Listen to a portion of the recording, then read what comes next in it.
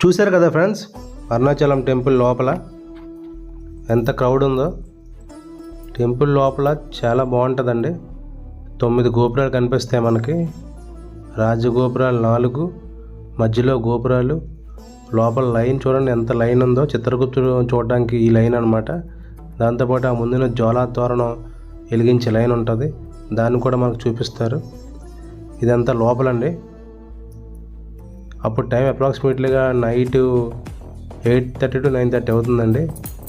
కానీ ఇంకా బయట చాలామంది క్యూ లైన్ ఉందండి. ఇంకా నాకు తెలిసి అది కంప్లీట్ అయ్యేసరికి మొత్తం 2-3 అయిపోద్దని చెప్పారు. అంత క్రౌడ్ ఉంది నిజంగా. అరుణాచల శివ, అరుణాచల శివ, అరుణాచల శివ. ఇది ఎగ్జిట్ గోపురం అండి. ఇది ముందుగానే మనం గిరి ప్రదర్శన చేసేటప్పుడు రాజగోపురం ముందు ఉంటుంది, హారతి ఇచ్చింది.